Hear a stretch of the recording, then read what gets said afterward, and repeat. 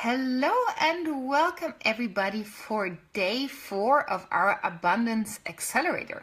And today we're going to talk all about how we can reframe failure so we don't get stuck in negativity and that we don't lose our hope for our projects and our visions and dreams.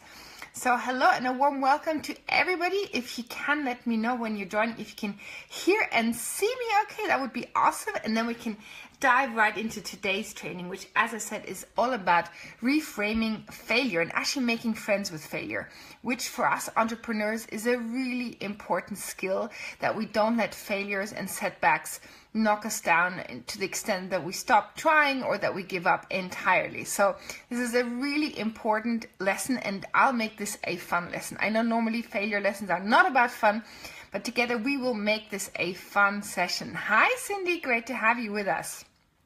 So what I'm going to share with you, hi Marcus, thank you for letting me know that you can hear and see me. So what I'm going to share with all of you today are my 9 golden rules for dealing with failure.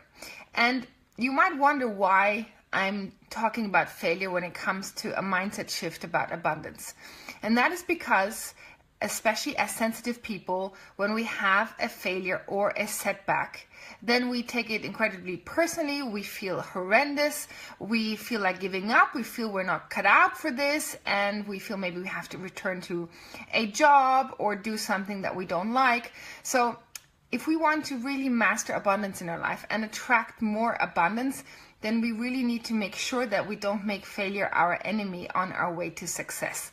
And that's what we're going to do today. So I'm going to dive right in now into my 9 golden rules for dealing and reframing with failure. Okay, hi Alex, hi Lisa. Okay, so the first bit of advice and my number 1 rule is to actually reframe the word failure and say that you're testing things out. Because here's what happens. When we have a paradigm that only has success on one side and failure on the other, we're going to be quite naturally terrified of the failure end and yearning for the success end. And it takes out any playfulness, it takes out any joy, and it puts a huge amount of pressure on us. And pressure is not the right energy for manifesting abundance, and it never will be, because pressure just makes us feel heavy. It makes us lose our creativity and our insights. So how I would reframe failure, the first thing is actually, before you even fail or have an opportunity to fail, is that you see whatever you're doing as an experiment, as a test. Because in an experiment, the mindset is not I have to succeed. The mindset is a mindset of curiosity. And the mindset of curiosity is a very helpful mindset for us as entrepreneurs. Because when we're curious, when we're experimenting, we have freedom. We can try things out, and this massive fear of failure subsides, because suddenly we can just pivot. We can see what works, what doesn't work. And we look at this more as a work in progress than as an end destination. And success is an end destination. It's a fixed entity, and it has a lot of stress attached to it. When you make something a test, you give yourself permission from the get-go to potentially fail yourself forward until you reach success. So make whatever you do, whatever new project you're taking on, maybe you're developing a new service, maybe you're putting out a new product, or you want to try something, a new marketing method with your clients or something like that. Say to yourself something like, this is going to be an interesting experiment. I wonder how this will turn out. I wonder what I will learn from this, rather than saying, I hope this will succeed. It's a totally different mindset and reaps totally different results, because you have, again, total freedom, right? And it's the freedom that we're looking for here. That's why we're entrepreneurs in the first place. It's because we cherish freedom. We cherish the joy to try things and to test things. So that is my first golden rule of the 9 golden rules of reframing failure. The second thing that I think is a very important rule is to make extra sure that you don't equate any failure with you being a failure. And the more sensitive you are, the more you're at risk for doing that, so that you say, I have failed and you make that mean I am a failure. And this is a very quick identity shortcut, and it's a very tempting one because it's so easy to associate what we have done with who we are. And we really need to dissociate the two, because having failed at something doesn't mean that you are a failure. It doesn't mean anything about your potential or your future potential or your potential to get it right the next time round. It's not about you. Again, it's an experiment. Experiments can go wrong. And if you don't make it an identity part of yourself, then you don't get so afraid of failing, because you don't think that it destroys who you are at a very fundamental level. And it also helps prevent huge discouragement, because if you think you are the failure instead of that you have failed, then that takes away your whole power to change your situation, takes away your ownership, it takes away your joy factor. So really, really important. If you look at your past life and see you maybe have failed at certain things, and maybe even still today you carry a grain of the feeling of being a failure in you because of these things, you really have to try and forgive yourself and forgive what didn't work out, and bless this part of your life experience because it has taught you many things, and dissociate your failure from your personality. So that's a really important thing that I hope you will take to heart. Now, the next thing I have as one of my rules, rule number 3, is to actually expect failure and success in equal measure. Now, as entrepreneurs, we're drilled to look for success, because at the end of the day, that's why we're playing this game, because we want to succeed at it, right? But actually, this is a very dangerous proposition, because it means that if we only have a mindset that looks for success, we're totally shocked and surprised if sometimes we fail. So it's better to have a realistic attitude about success and say to yourself, it's a 50-50 chance that something will work out or not work out. Again, doesn't have any personal reflection on you. It's just the law of averages that you need to apply to success and failure. Because what I realized with also many of my coaching clients in my business coaching practice is that they never counted for the fact that there could be a failure. And when you don't account for the fact that there can be a failure, then a sudden blip in the road can take you totally off course, because you have no vocabulary even in your mind to cater for this. It totally destroys your vision for the future. It takes you off course. Whereas if you go into it expecting that things could go well, but you could also hit certain roadblocks, you could fail, you could face a situation where you have to pivot or change something or adapt something, you're going to be much better equipped to eventually succeed. Because remember, success is a journey of stages, and you need to take every stage in your stride, and knowing that every stage that you move towards success will also have its inherent setbacks or mini failures, if you like. And if you think a failure or a setback is a sign that you're on the right track or you're never going to succeed, then your whole vision collapses. And that's why it's so important to be realistic about success and failure. And those people who are maybe online selling the dream of overnight success and 7 figures in 7 days, this kind of thing, like, don't believe that hype. It's really hype. I have worked over a decade as an entrepreneur, and I can really honestly, transparently share with you, I had amazing successes and I had just as many amazing failures. Now, this is how it should be, because this means you've tried something, you're innovative, you're creative, and you're experimenting. Remember? Rule number 1, experiment. Okay, so now we have those rules under our belt. Let's move on to rule number 4. Be a researcher of your failure. So when you have a big setback, or even maybe what you perceive as a lethal failure, be curious, learn, explore, try to figure out, what is this trying to show you? What are you trying to, what is the universe trying to tell you here? Is it something that you can do better in future? Does it give you an insight that you didn't have before that is super precious? Like, be a researcher. Look at it like somebody who's not personally involved in this situation, and just think to yourself, what's here to learn? And that opens you up to actually drawing out the gifts from this and not just the pain of failure. And I mean, the pain of failure is inevitable. There will always be some pain if something you invested time, money, energy into, if that doesn't work out, of course it's going to hurt. But if you become a curious researcher of your failure, then that really mitigates the pain, because it puts you back into a position of power. It puts you back into a position where you can shift something, where you can change your mindset. So this is a really important thing to take to heart, is whenever something does go wrong, see it as an opportunity to research and learn. Now, number 5, this goes hand in hand with one of our earliest lessons here in our Abundance Accelerator, is that a one-time failure does not mean you will be a failure always and forever, or that your vision will never work out.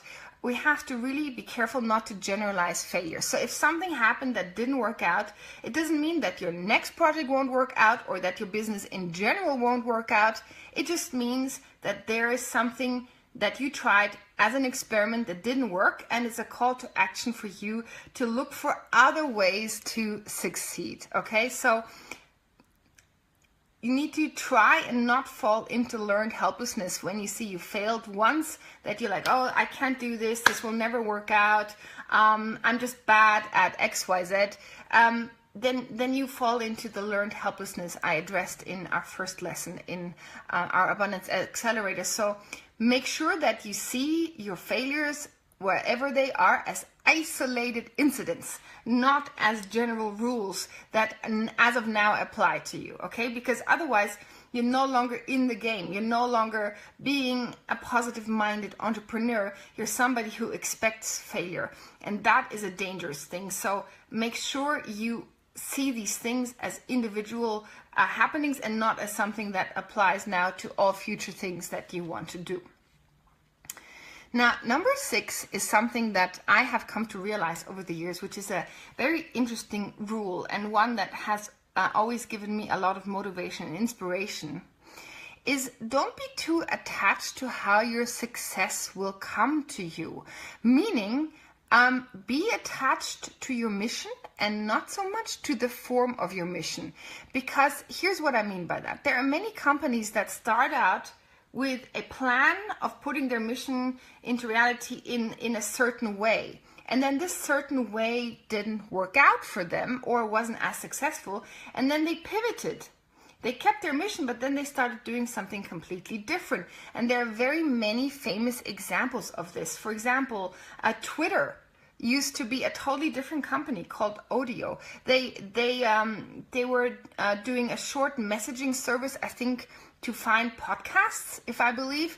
And then they realized iTunes was going to be a big competition for them. So they pivoted and became Twitter using similar technology they had already built. So they kept to their kind of their mission, their technology, their ground rules, and they changed the form, right? Starbucks is another example. So Starbucks initially wasn't a coffee shop like it is today. Initially in Starbucks, they actually just sold coffee machines and coffee beans, but you couldn't actually drink a coffee at Starbucks. And then they realized that they had much more potential actually to sell coffee to drink rather than just coffee beans. And this is how they pivoted their whole business. So again, this is something I want you to keep in mind, that if you meet a roadblock in your business, it doesn't mean it's the wrong business or you have to close down. It means that maybe you need to pivot what you're wanting to do and channel it in a different direction. Because this is so powerful. Instead of seeing, oh, I failed, so clearly this is not what I meant to do. Clearly this is bad for me. Clearly whatever it is you say to yourself, check out the pivot. And don't be too attached to the path of success that you mapped out for yourself. Maybe you thought you were going to be famous doing a certain thing a certain way. But in reality, actually, you're going to be famous by doing something completely different, but still sticking to what you were wanting to bring into the world. But you're going to bring it to the world in a totally different manner than you had anticipated.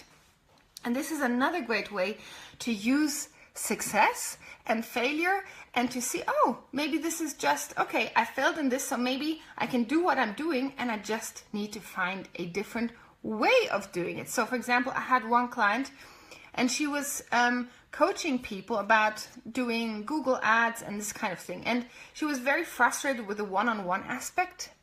And then we realized it would be optimal for her to actually move into doing online courses for Google ads and how to use them. And now she has a wildly successful business, still teaching the same thing, but she moved her model from a model of one-to-one, which was stagnant and not working for her, to a model of one-to-many, where she now has a 7-figure business, where before she was struggling in a low 5-figure business because it wasn't what was meant for her. So you see, she kept her core, she just pivoted it. So if you have a failure, try and see if you could not pivot it in some way. So this, I think, is a very liberating thing. If you look at failure as just a way to guide you to actually more fulfilling and better path for yourself, right? Now, let's get to the next one. Point 7 is to fail forward. What I mean by fail forward is to see failure as a forward motion step and not as a backward step. So usually when somebody fails at something, they feel like they've taken a step back. They feel like now they're not where they wanted to be. It's like, oof, you know, I didn't get what I wanted. I'm now further away from my goal.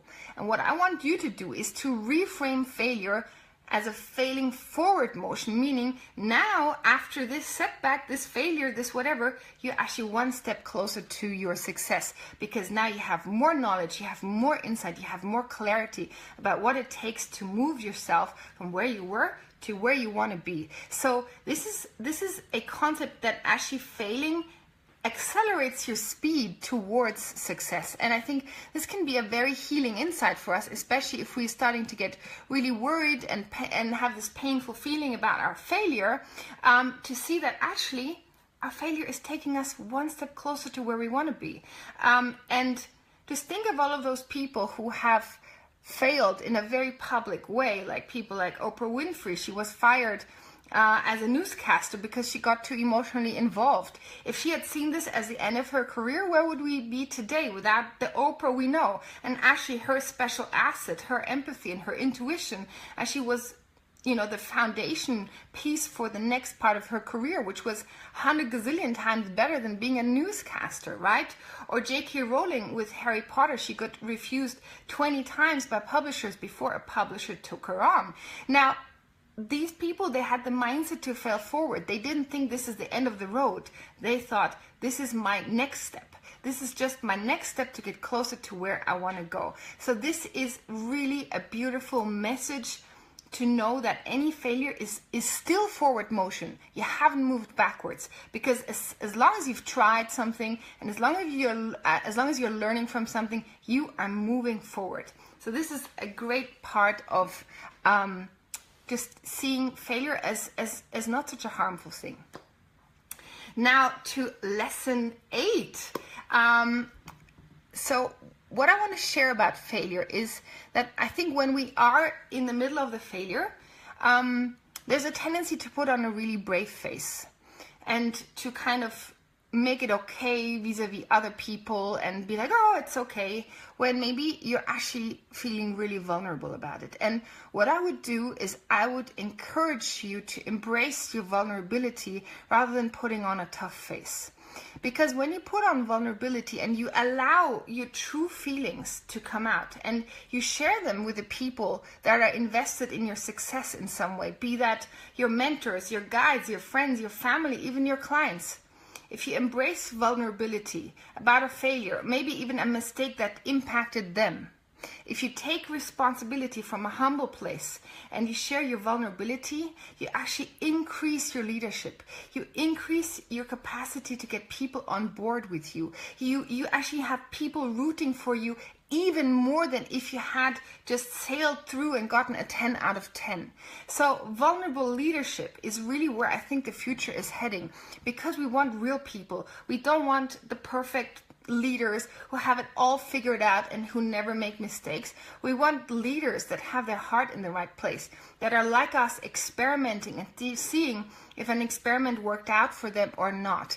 And I encourage you to be that kind of leader in your own life. Inspire people with your vulnerability, inspire them with your struggle, and show them you're taking responsibility for your struggle. You're looking for the silver lining in your struggle, and you can be super powerful and vulnerable at the same time. And if you want to dive deeper into the power of vulnerability, I would recommend you watch the TED Talk by Brené Brown on vulnerability, which is really inspiring and can go much deeper than I can go here now about this topic, but it's a fascinating and really important topic. And now to point number 9. Woohoo! We're already at the end of my list. My golden rules for how to reframe failure is to actually express gratitude for your failure, to express gratitude for your experience, because you will never know in the moment you failed why you failed and what good this will bring to your future, what amazing insights this will bring for your future. And maybe right now, you know, if you're looking for the silver lining and you cannot see a silver lining, you just see the pain of the situation. You cannot figure out, why on earth do I have to go through this pain? Why on earth do I have to suffer through this or have these difficulties, and you don't think there's anything positive in them? I encourage you to have faith in the future and express your gratitude in the present moment for your experience, knowing that it will likely serve you at some point in your life. And I can tell you, the experiences I've had as an entrepreneur, I had many ups and downs. And sometimes when I had my down moments, I thought to myself, why am I going through this? This is horrendous. And I thought, this can never do any good at all. And now as a business coach, I can really hold the space for my clients because I've been there. I can relate to most experiences. I can give advice on most experiences, not because I'm perfect, but because I've been there myself and I found a way out. So I am now these days so grateful for everything I've experienced, because it made me a much better coach. It made me understand the functionings of business, the ups and downs. It gave me a wisdom I couldn't have achieved if I only had been blessed with success. So this is a really beautiful and important lesson. Have gratitude. And you can never know how certain experiences will benefit you in future. I mean, for example, Steve Jobs, he dropped out of college, right? But in college he took a class on calligraphy, and this class in calligraphy he took inspired him to rethink the whole fonts of computers. And this is why now on our computers we have these amazing fonts we can choose from, which he drew from this one experience of this one class of his actually failed college experience, right? So look at every failure as your hidden calligraphy. It will come up at some point in your life and be of great service to you, or if it's not of great service to you, at least it will be of great service to others. And that is in and of itself already a huge blessing, if your failure can serve someone else not to fail, or if it's meant for them to have this experience, to help them through the process and to help them get the insights quicker and faster. So these are my 9 rules of reframing failure, which I hope can actually make you not so scared about failing, because I know for many entrepreneurs, if I ask them, what are you most afraid of? Fear of failure is the number one. It's the killer of dreams, really, because a fear of failure stops you from sometimes even trying, stops you from going out there, launching your first course, taking on your first client, trying out a new product, whatever it is. It's a paralyzing thing to be afraid of failure. So I want to contribute to the discussion of normalizing failure and actually seeing it as an integral part of our entrepreneurial journey, and not as an exceptionally bad part and a part that shouldn't even be there. So I hope together we can reframe this and find a better way, all of us as a community together, to see failure. And if you have somebody around you who's stuck in the throes of failure, maybe you can motivate them to look at it in a positive way, as we have done today. And my exercise for you, before I'll take questions, but you can already start to write your questions. My exercise for you is to look at one of your most recent failures. So whatever it is you thought you could do and it didn't work out, or you wanted it to work out and you had to pivot and it's still difficult, or whatever it is for you, find one aspect, one failure that is fairly recent to you. And I want you to go through the following process. So the first part is to actually forgive yourself. Forgive yourself for having to go through this. Forgive yourself for the decisions that led you down this path. And if you're looking for a way to practice forgiveness, I love to recommend the Hawaiian forgiveness ritual, and I can never say the name properly, so you'll have to forgive me in my pronunciation, but I think it's called something like Ho'oponopono. So you can Google that, hopefully, and find it, and there are guided meditations also on YouTube how to do this. And this is really a super powerful way for you to reframe your failure by letting it go, and by not holding a grudge against yourself, or even holding a grudge against your experience. Okay, so this is the first step. The second step is that I want you to write down 3 blessings that you can already see from this failure. What are 3 blessings, 3 unexpected blessings that this failure brought you? And it can be even such a simple thing as, because this thing failed, you suddenly have more time, and with this time you had more, more time to spend with your child, or more time to take care of yourself, or to read a book that changed your life, or whatever it is. Look for 3 unexpected blessings in a recent failure. And then I would invite you to close off this exercise to look at 3 things you have already learned which will serve you in your future. So look at the 3 things that this experience has taught you and how these things might bring you forward. And if you do this exercise once, it'll help you see how good it feels, because it gives you ownership over your failure again, and it makes you feel much more empowered and positive about your failure. And if you see how good it feels, then you can give yourself permission to do this little process every time you experience a failure, right? So this is my little homework exercise for you on this one. Oh, wonderful. Josephine just posted a link for everyone. So please go to Josephine's link to try this and test this. And see for yourself and report back how uplifting it feels, because suddenly you are no longer a victim of your failure. You are a powerful actor of your life that had a learning experience. Okay, so I hope this was helpful, and now I look forward to answering any questions if you have any questions. So let me just scroll here.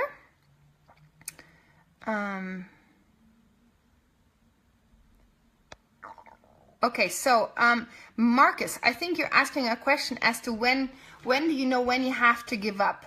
Well, I would say you can tell if there's still something to do with this, or if you give up, by consulting your intuition.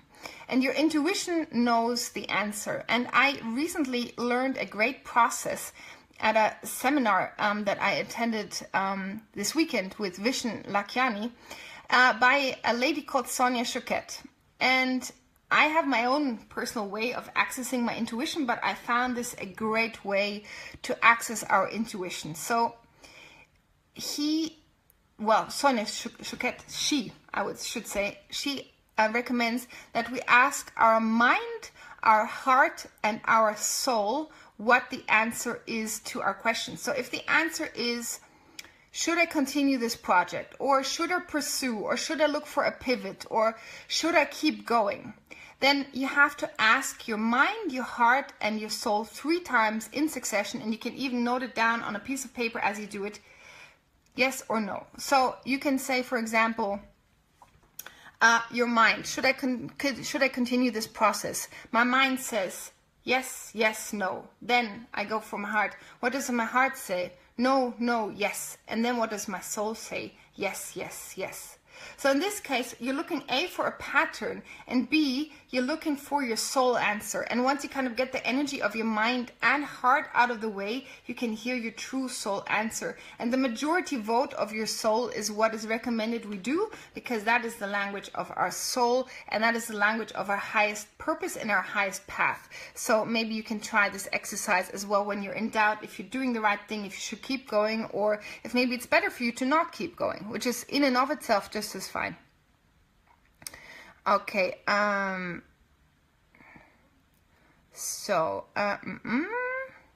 yes, exactly, Margaret. Thank you for phrasing that. So let me just check the question. So Karen, will you please review rule number 1 of the experiment? Do you mean my rule number 1? Okay, let me try and see how I can rephrase this for you. So what I meant in my rule is to see everything as a test rather than as something that has to succeed. Because when we give ourselves the permission to experiment in our business... Hello, am I back?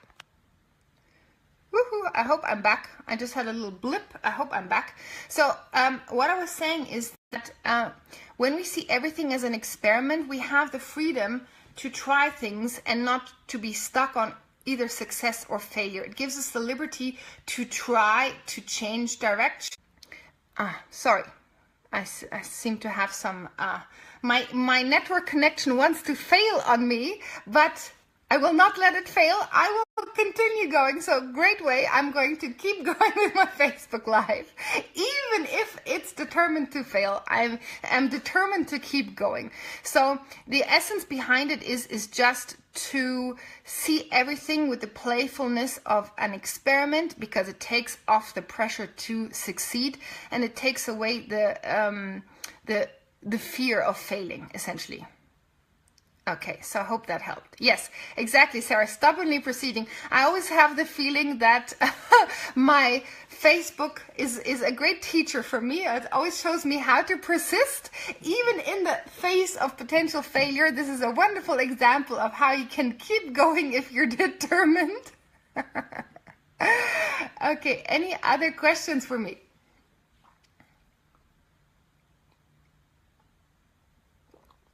No? Looking good so far? Wonderful. Well, in that case, I will wrap up today's lesson. And again, this is a third time lucky. But we're still here, we're still going. And thank you all for being with me. So I will jump off now, because I think Facebook has had enough of my failure lessons today. So I will jump off now. Thank you so much, everyone. And I will catch you tomorrow for our last lesson, everyone. I look forward to being with you again and send you all so much love. Bye, everyone. Take care.